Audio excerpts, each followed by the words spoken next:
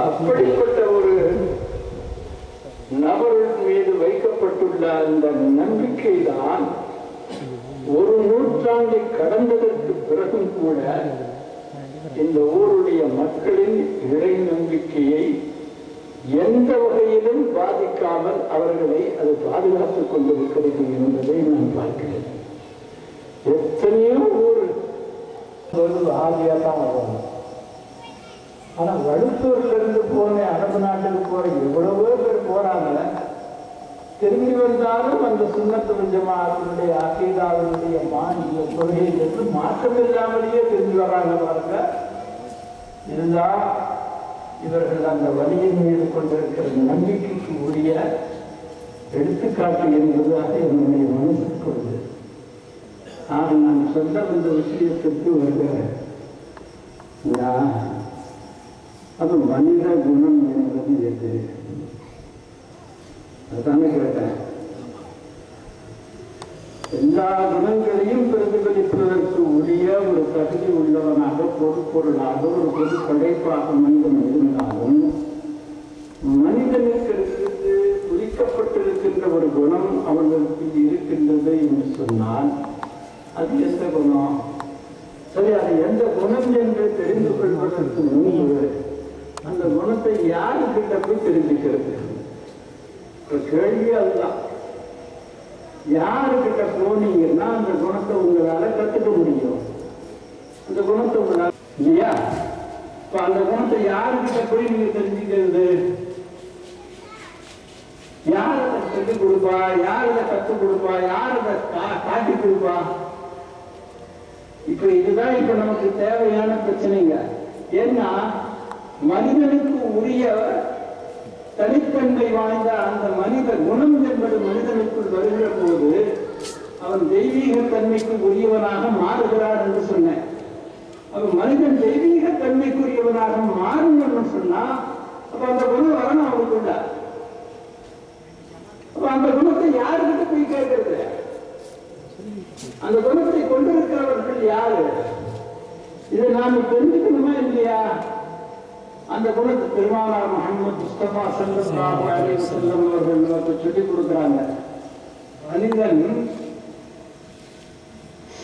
எல்லா சிருஷ்டிகளுடைய குணத்தையும் பிரதிபலிக்கின்ற ஒரு பொது பொருளாக படைக்கப்பட்டிருந்தாலும் கூட என்னுடைய நோக்கம் அவன் என் குணத்தை பிரதிபலிக்கிறான். யார் குணத்தை பிரதிபலிக்கிறான்? அல்லாஹ் அல்லாஹ்வுடைய கேட்கிறீங்களா? இல்ல கவனம் வேற எங்கேயாவது உங்க பக்கம் தான் கவனம். அல்லாஹ்வுடைய குணத்தை பிரதிபலிக்க வேண்டும். இது அல்லாஹ் சொல்றான். அவன் எந்த குணத்தை வேணாலும் பிரதிபலிக்கின்ற ஒரு தன்மை உள்ளவனாக இருக்கலாம். ஆனா அவன் ஏன் குணத்தை பிரதிபலிக்கிறவனா இருக்கணும்? அல்லாஹ் பார்க்கணும். அப்புறம் அவன் குணம் எங்க எப்படி வெளிப்படுத்துகிறத பார்க்கணும். இதெல்லாம் பார்த்ததுக்கு பிறகுதான் அவன் குணத்தை முன்னே எடுத்துக்க முடியும். பொதுவா ஒரு வாரத்தை ஒருத்தர் காமிச்சு சொல்றாங்க, ரொம்ப இறக்கம் இருந்தால் ரொம்ப இறக்கப்படுற ரொம்ப ஜாஸ்தி. உடனே பக்கத்தில் இருக்க சொன்னாரு, யாரா இருந்தால் இருக்கணும் இருக்கிறாரு, இருக்கலாம் இறக்கப்படுறது தான் இருக்கணும். அப்ப தண்டிக்கிறது யாரு?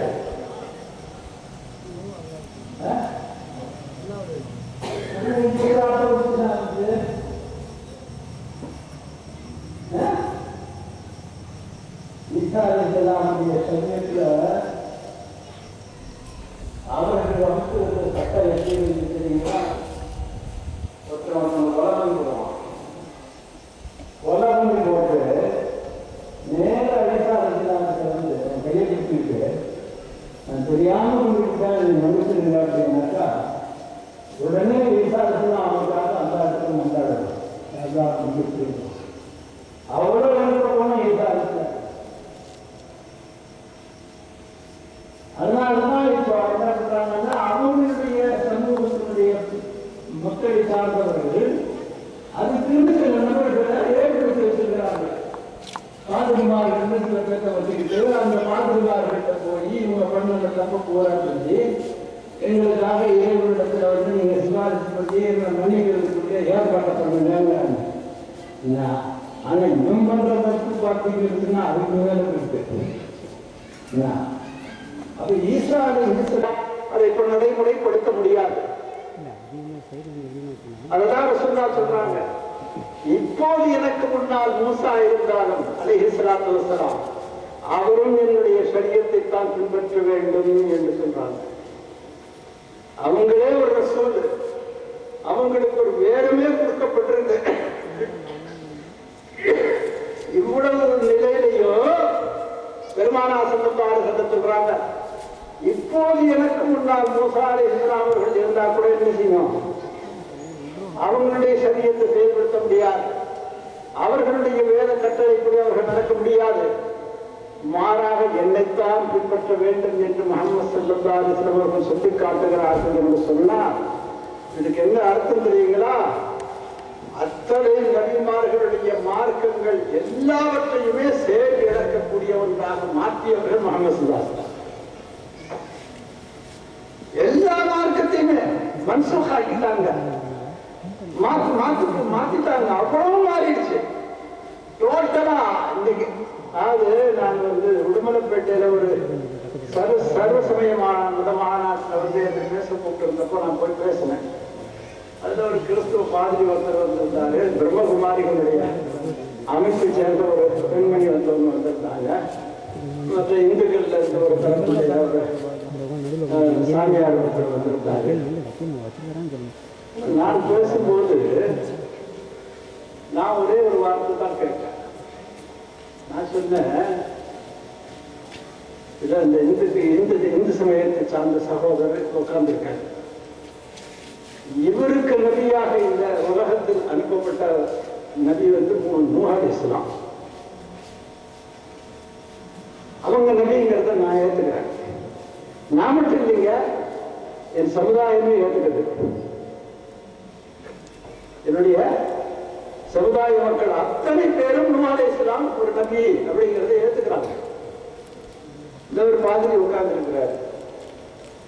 அவர் ஒரு கிறிஸ்துவ மதத்தை சார்ந்தவர். ஈசா அலைஹிஸ்ஸலாம் அந்த சமூகத்துடைய மக்களுக்கு ரசூலா வந்தாங்க, நபியா வந்திருக்கிறாங்க.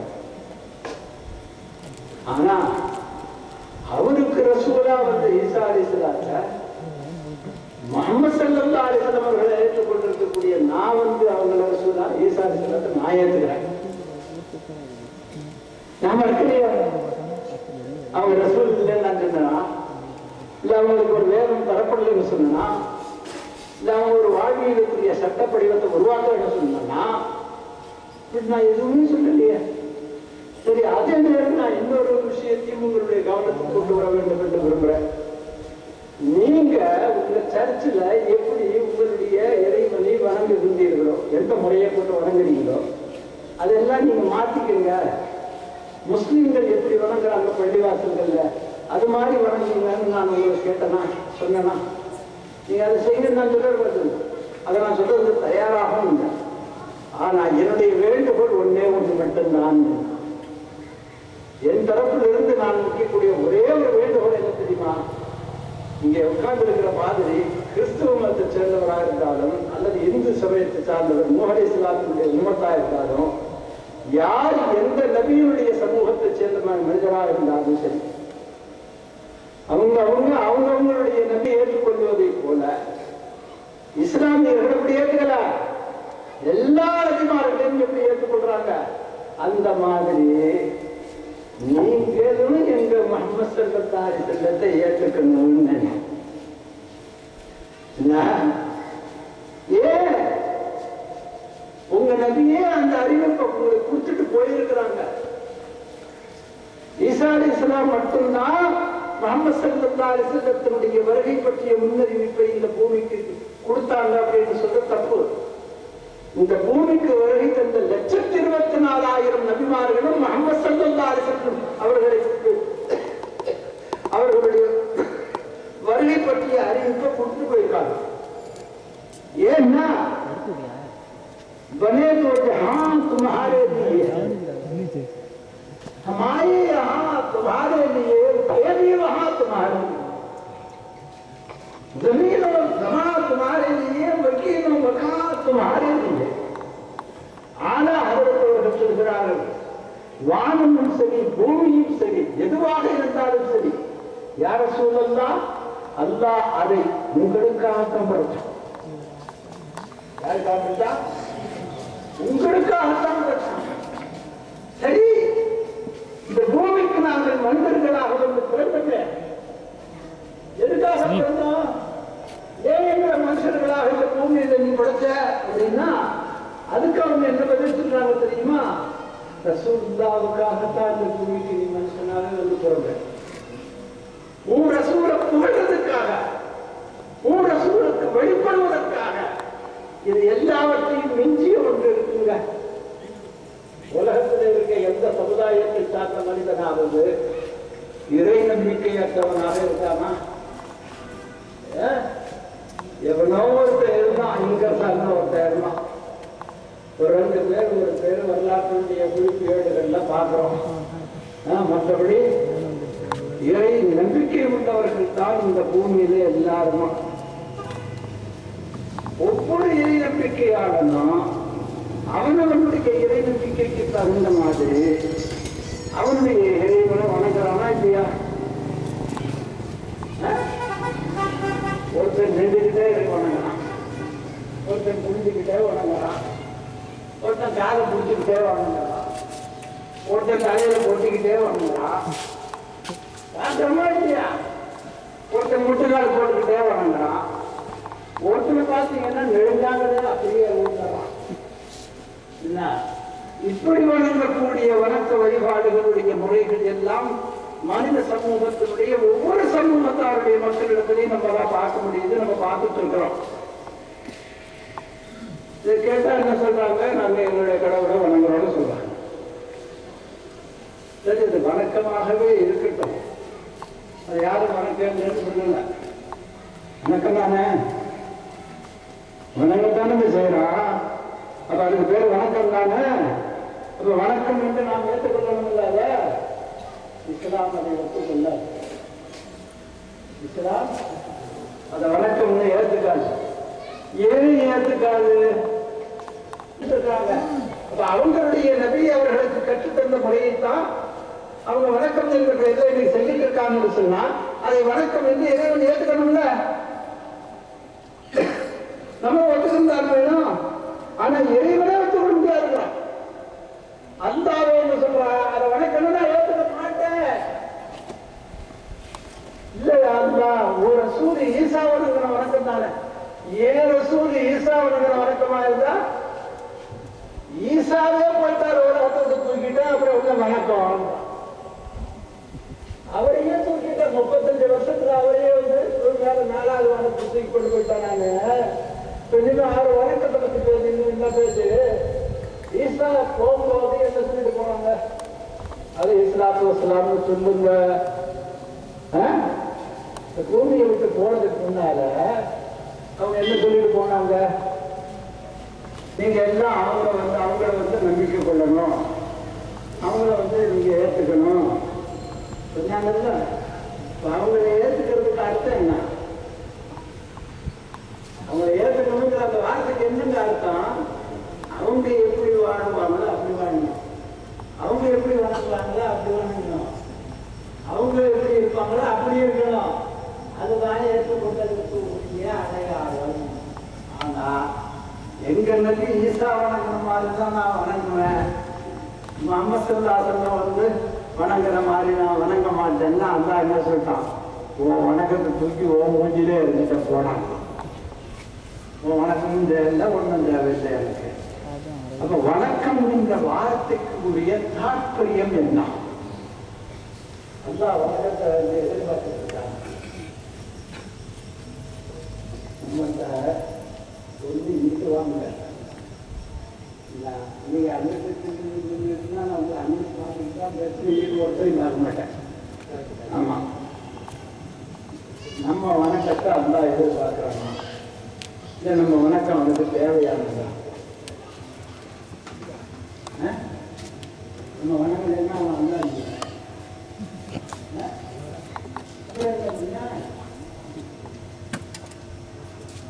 அப்புறம் எது நீங்க வணங்குனா விட்டு போட வேண்டியதான பேசாம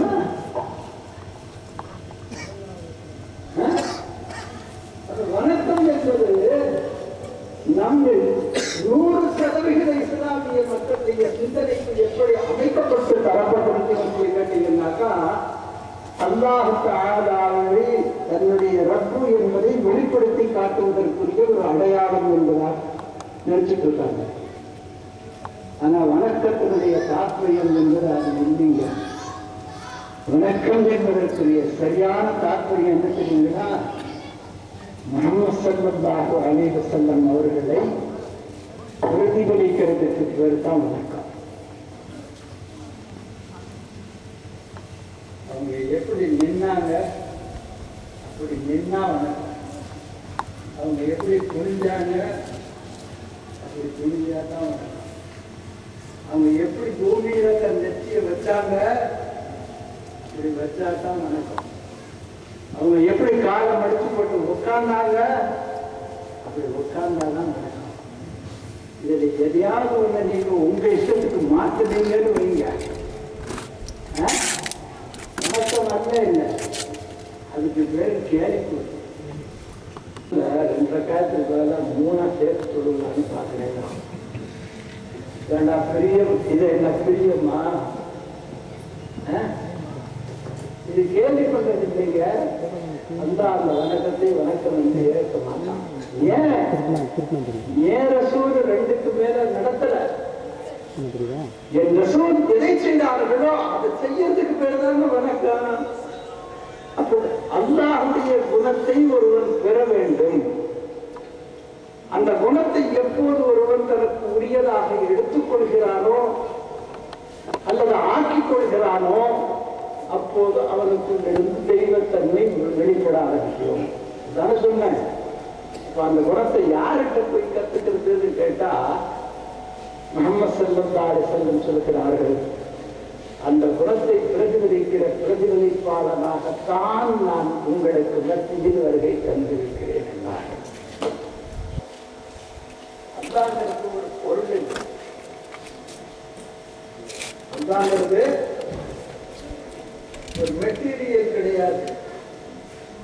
அவன் பிடிச்சு பார்க்கலாமா?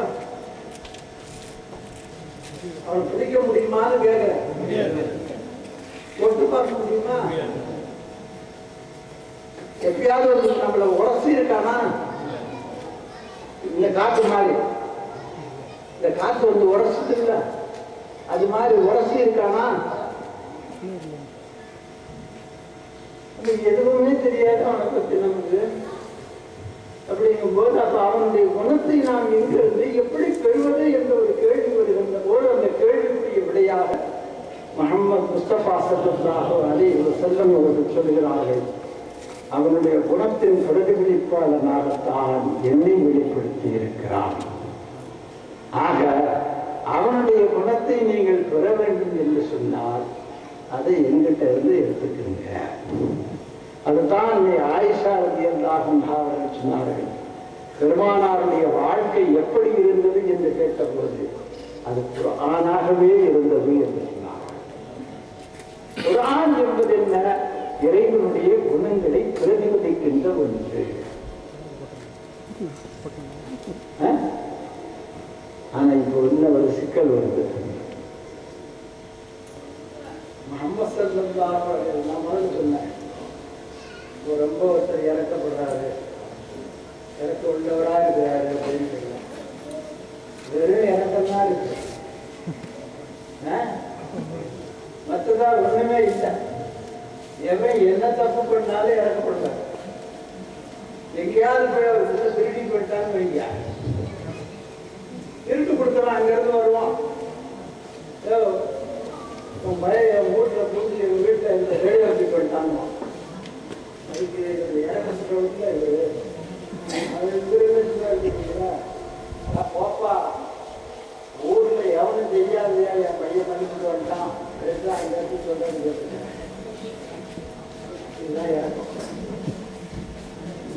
தயவுன்னா இறக்கம். கையை முடிச்சுருவாங்க. அப்போ இறக்கப்படுறது என்ன ஆகும்? உருப்படாமல் போகிறதுக்கு வழி இருக்கு. அப்போ இறக்கம் அதுதான் சொல்றேன். அல்லா ஒரு மனிதனை நேர் வழியிலும் செலுத்துவான், அதே நேரம் அவனை தவறான வழியிலும் போவான். இருவேறு வகையான தன்மைகளை கொண்டிருக்கின்ற குணாதிசயங்கள் அந்த இருவேறு வகையான குணாதிசயங்கள் இருக்கிறாங்க. அதில் ஒன்று மிக ஒன்று அதிகமாகவோ ஒன்று குறைவாகவோ அல்லது ஒன்று குறைவாகவோ இன்னொன்று அதிகமாகவோ என்ன போனாலும்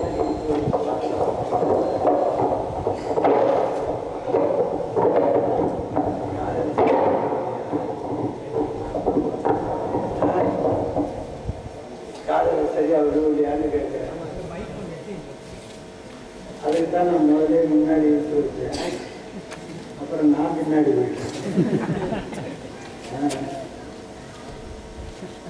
என்ன சொல்லிட்டு வந்தேன்?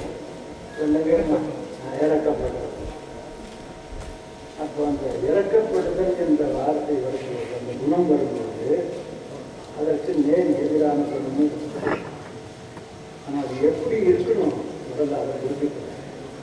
முஹம்மது ஸல்லல்லாஹு அலைஹி வஸல்லம் அவர்களிடத்துல அல்லாஹ்வுடைய எல்லா குணமும் தெரிஞ்சிருச்சு. அவனுக்கு பொருத்தமான, அவனுக்கு பொருத்தம் இல்லாத ரெண்டு இருக்குங்க. ஆனா யாரும் ஏற்றுக்க மாட்டான். இப்போ நான் சொல்றீங்களா, நீங்களே ஏற்றுக்கிறீங்க. பொருத்தன வழிகள் நல்ல குணம். அப்புறம் முடிஞ்சு போயிட்டு அப்புறம் என்ன? அப்ப அவனுக்கு பொருத்தமான குணமும் அவன்கிட்ட இருக்கு, அவனுக்கு பொருத்தம் இல்லாத குணமும் இருக்கு. இந்த ரெண்டு வகையான ஒன்றுக்கு ஒன்று முரண்பட்ட குணங்கள் அவன்கிட்ட இருக்கு. அந்த ரெண்டு வகையான குணமும் முஹம்மது ஸல்லல்லாஹு அலைஹி வஸல்லம் அவர்களிடத்துல கொடுக்கப்பட்டிருக்கு. அந்த ரெண்டு வகையான குணத்தையும் பெருமானார் அவர்கள் பிரதிபலிக்கிறாங்க. ஆனா அதுல ஒரு வித்தியாசம் என்ன தெரியுங்களா? புரிஞ்சுக்க வேண்டிய விஷயம் என்ன தெரியுங்களா?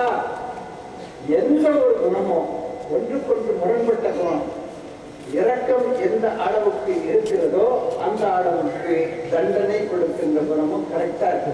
ஈக்குவல், இரண்டும் சமமா இருக்கணும். ஒண்ணு கம்மியா இருந்து ஒண்ணு ஜாஸ்தி ஆகிறது, அல்லது ஒண்ணுக்காக ஜாஸ்தியா இருந்து இன்னொன்று குறைவாக இருப்பது, இப்படி முஹம்மது ஸல்லல்லாஹு அலைஹி வஸல்லம் அவர்களிடத்தில் எந்த ஒரு குணமும் நான் கண்டதில்லை என்பதாக ஆயிஷா ரலியல்லாஹு அன்ஹா.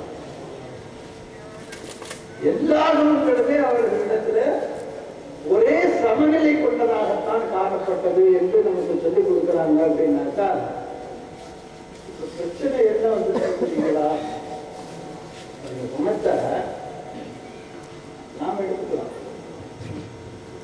ஏன்னா அதுதான் நமக்கு சொந்தமான மனித குணம் என்பது. அதுதான் இப்போ நம்ம எப்படி எடுத்துக்கிறது?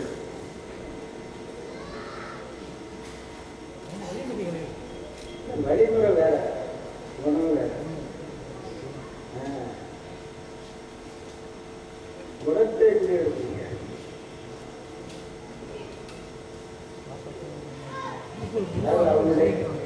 அவங்க வழிமுறையில ரெண்டு இருக்கு. பேச்சு வந்ததுனால அதையும் தெரிவிக்கணும்.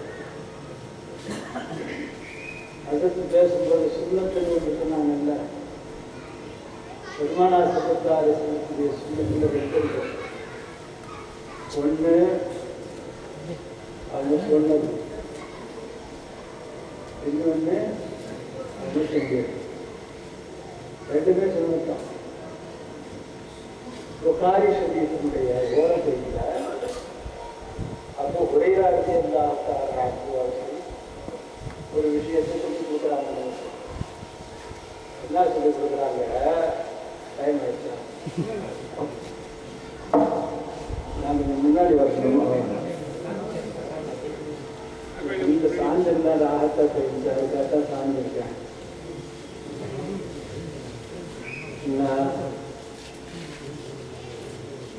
அப்போ ஹுரைரா ரலியல்லாஹு அன்ஹு என்ன சொல்றாங்க, முஹம்மது ஸல்லல்லாஹு அலைஹி வஸல்லம் அவர்களுக்கு ரெண்டு வகையான சுன்னத் இருந்துச்சு.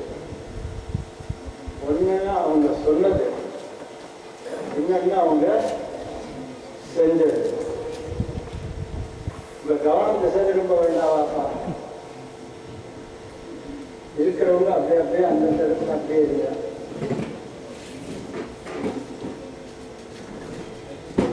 இது சொல்லிட்டு அவங்க என்ன சொல்றாங்க, பெருமானா ஸல்லல்லாஹு அலைஹி வஸல்லம் அவர்கள் செஞ்சாங்க பாருங்க, அதுவும் சுன்னத்து தான். ஒரு விஷயத்தை சொன்னாங்க பாருங்க, அதுவும் சுன்னத்து தான். ஆனா எந்த சுன்னத்தை நீங்கள் எடுத்துக்கணும்னு கேட்கிறாங்க. அவங்க செஞ்சாங்கல்ல, அது அவ்வளவு சாமானியமா எடுத்துடாதீங்க. ஏன்னா ஏன் செஞ்சாங்கிறதுக்குள்ள காரணம் தெரியாதவர்களே அதை ஒரு நாள் செய்ய முடியாது.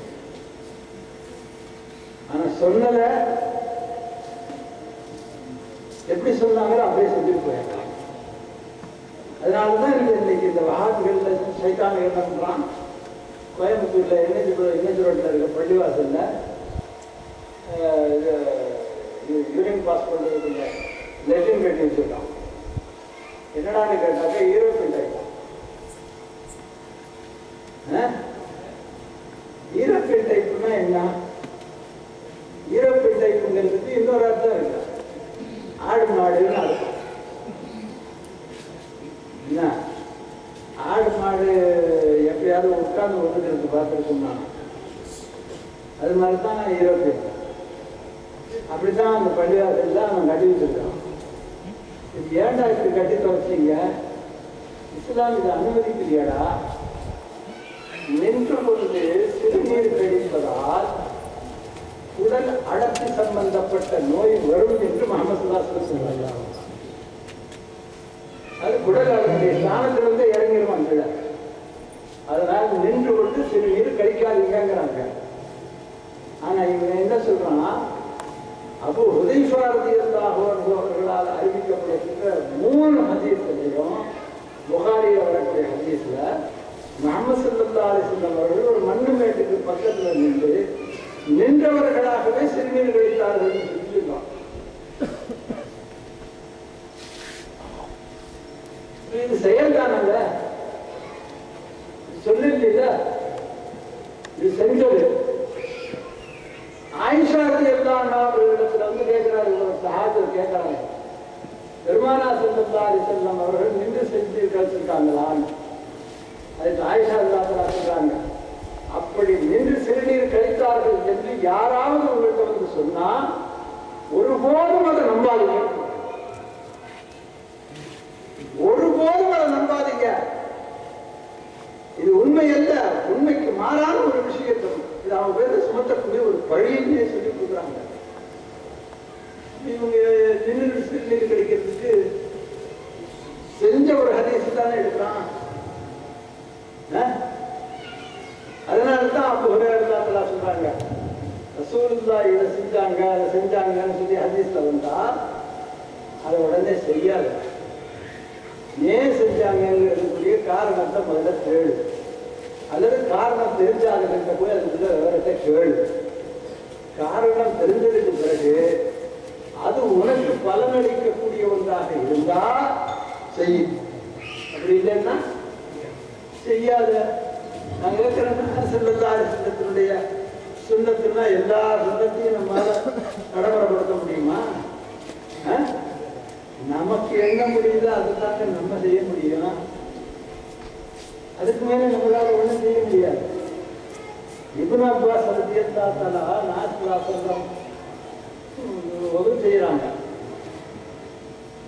இப்னு அப்பாஸ் உதவி செய்யறதுக்கு தண்ணி ஊத்துறாங்க. ரசூலுல்லாஹ் பெருமானார் அவர்களும் உதவி செஞ்சாங்க. உதவி செஞ்சு முடிச்சதுக்கு பிறகு நம்ம ரொம்ப பேர் முடிச்சுட்டு இருக்கோம்.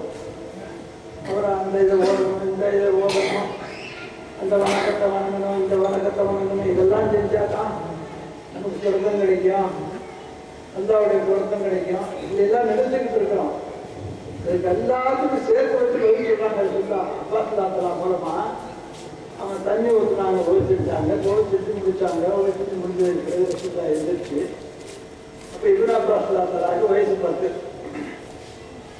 அவங்கள பார்த்து சொல்றாங்க, இப்னு அப்பாஸ் அதிகமான வணக்கத்தை கொண்டுதான் அல்லாஹ்வை திருப்திப்படுத்தணும் அப்படிங்கிறது அவசியம்.